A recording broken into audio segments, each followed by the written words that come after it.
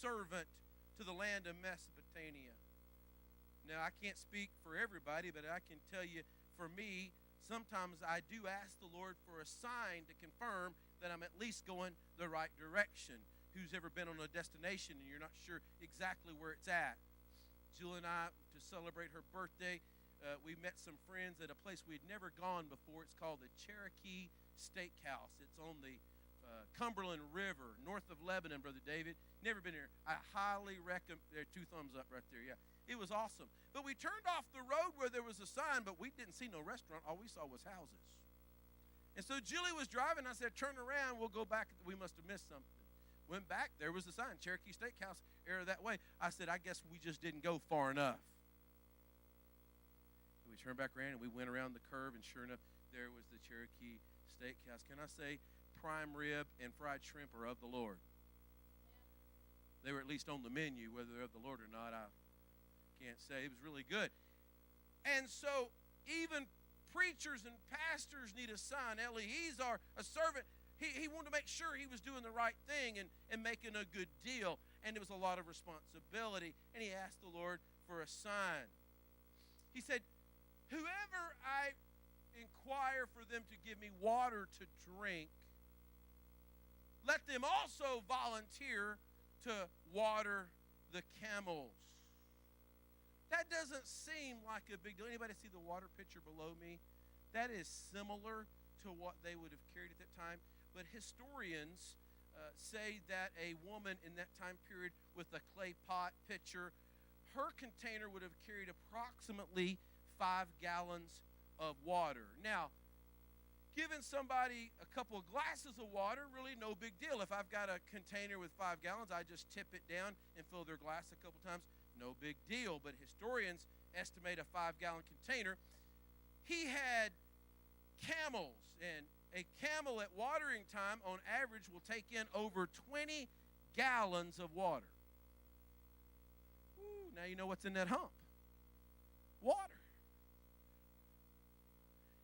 The scripture that we read in verse 10 says there were 10 camels.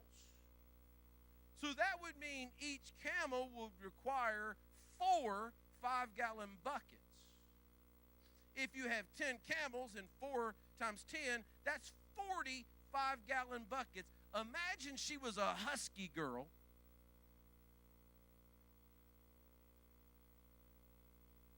To drop that bucket into the well and to crank it up, 5 gallons of water, about 65 pounds. Lifting it over to the side of the well and then pouring it in the trough of water. If she did it in 3 minutes, that was a 2-hour commitment. Eleazar wanted Isaac to have a woman who understood commitment. Commitment to serve and not be served. Let me ask us today, who in here will admit that there is a part of us who want maximum return on minimal investment? Any honest people in here today?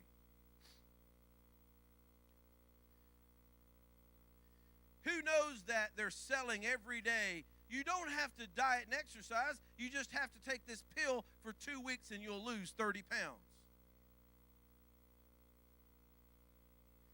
Most of the weight you lose is in your wallet. Come on, somebody help me. You don't have to work hard and save money. You just got to read a book and invest a small amount in this latest plan, and you'll be rich in no time. In most cases, the real money is made in the book sales. How am I doing? Why do these things sell? Because we're all susceptible to the idea of a maximum return on a minimal investment. I would love to tell you that's just a secular worldview, but I'm afraid it's crept into the church. You can go to the Christian bookstore and the shelves are full. Pray this prayer and everything in your life will come together in 5 days. And they're selling like hotcakes. Here's a 5-minute prayer book. Can I just get on my soapbox? 5-minute prayers yield 5-minute results. You cannot pray some sick, afflicted prayer and God turn it around into something significant. How about just believe and receive? A lot of Christian leadership books, they're not directly saying it, but they're indirectly implying that if you'll just follow this new plan, this new outreach, this new visitation guide, this new marketing plan, this new guest follow-up program, that you'll be successful too.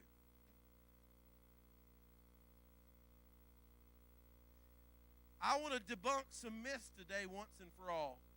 Great churches are not built on charismatic preachers, but on committed Christians.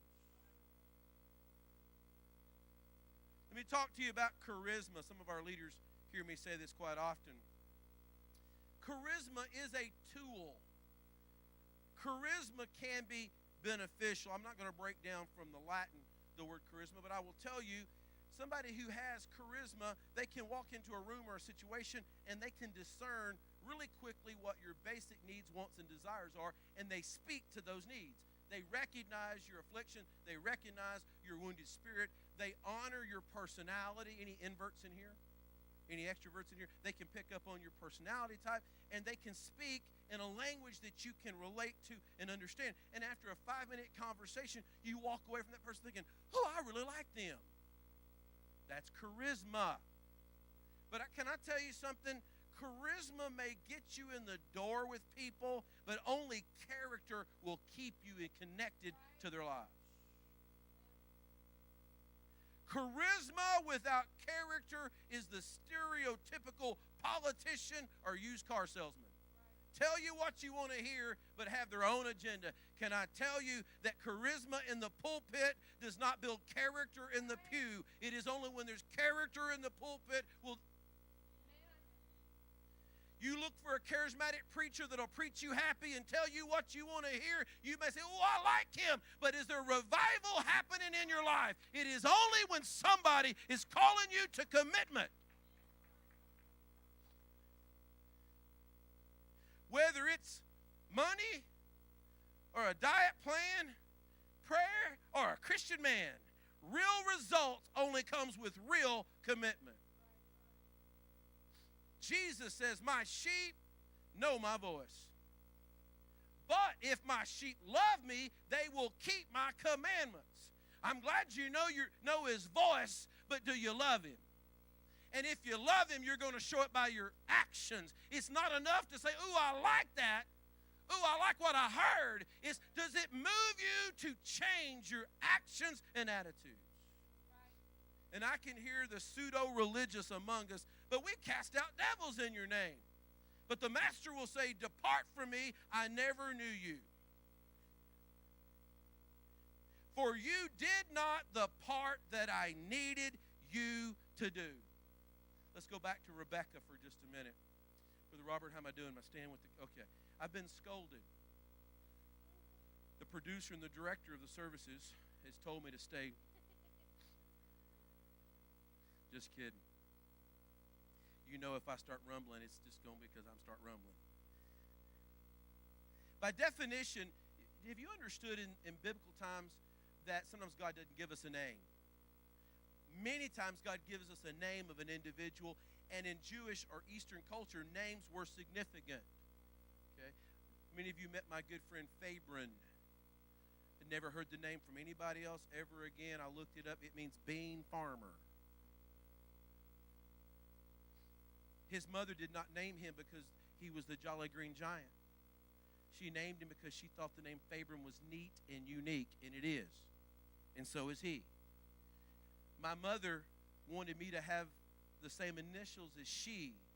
In all the English words that start with a C, how she came up with Carlos for blonde hair, blue-eyed boy in Alabama in the 60s, I don't have a clue. Now, I'll say God had divine providence because he knew with the name Carlos he was going to give me a love for all kinds of people from all over the world. So God knows what he's doing. What are you talking about today, Pastor? Rebekah's name, by definition, means noose.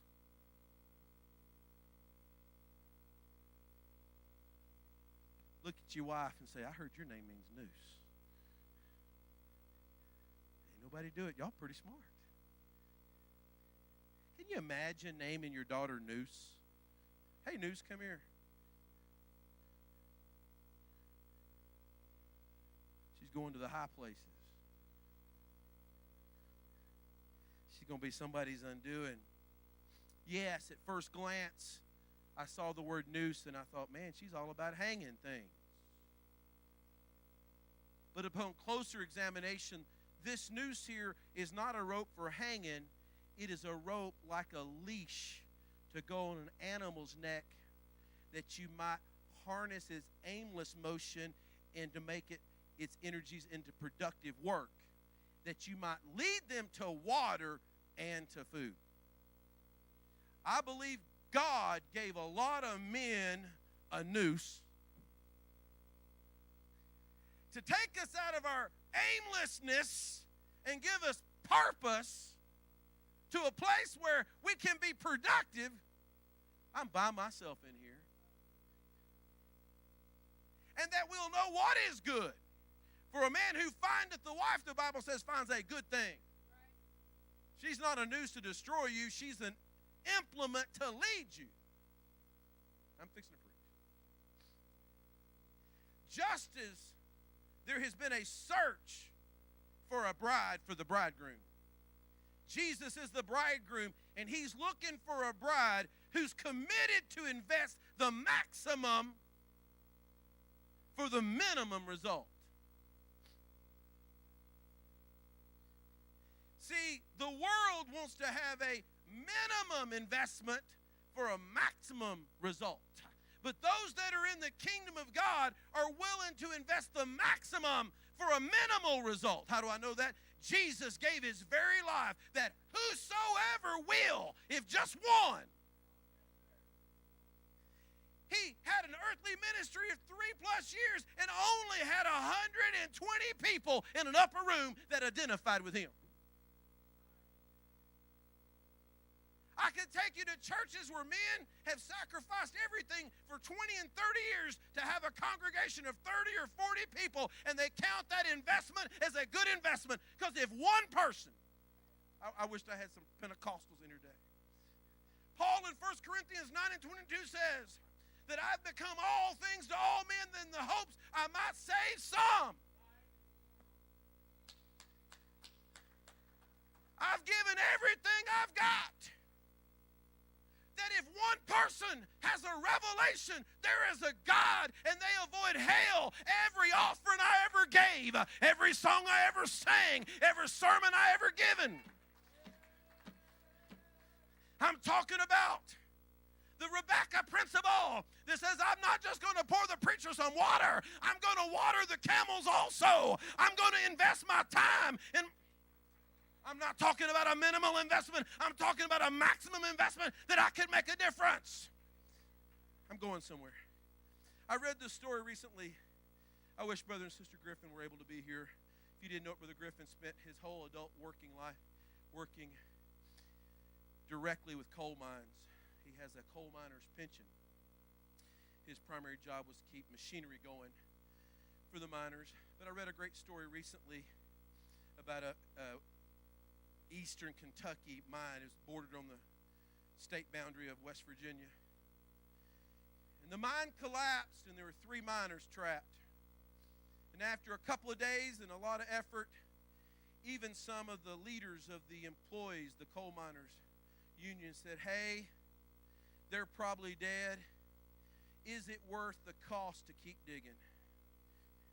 The president of that company said, we'll spend every dollar this company has.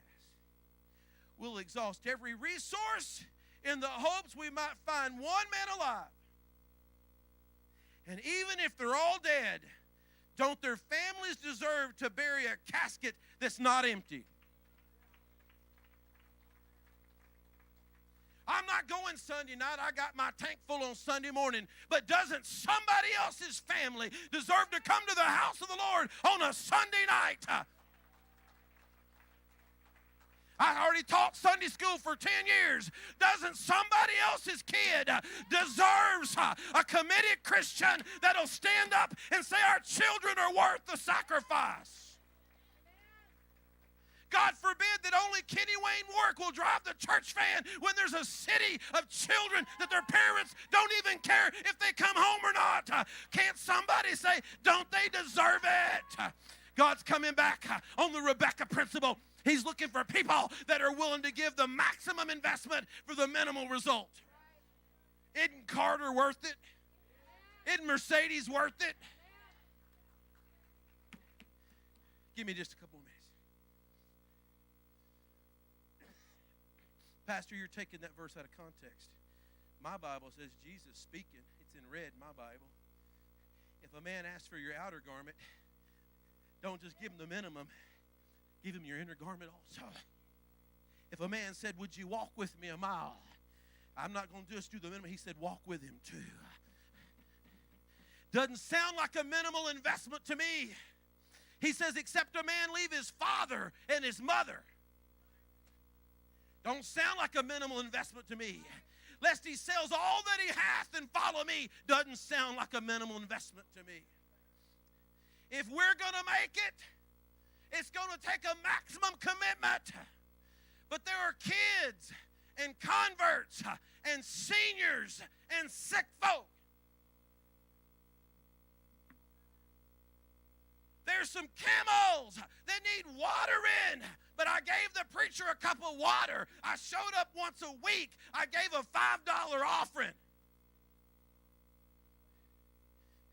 Little effort, little results. Let me give you. I'm okay. I froze. I'll stay here. You know the Lord's working in my life because I stood still. Let's go back to Rebekah again. Here's a woman that's not living in the place of promise.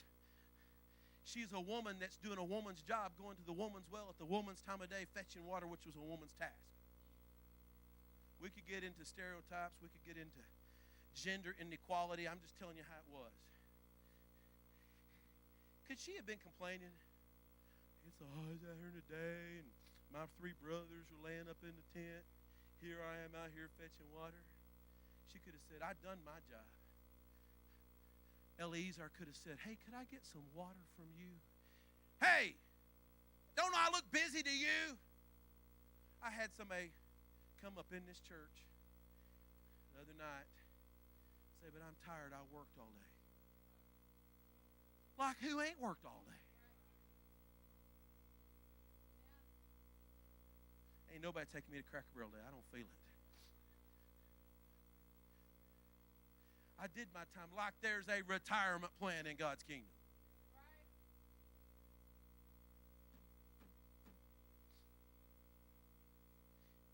Here it comes. She could say, well, I got him water, but I ain't got time to get involved with watering his camels.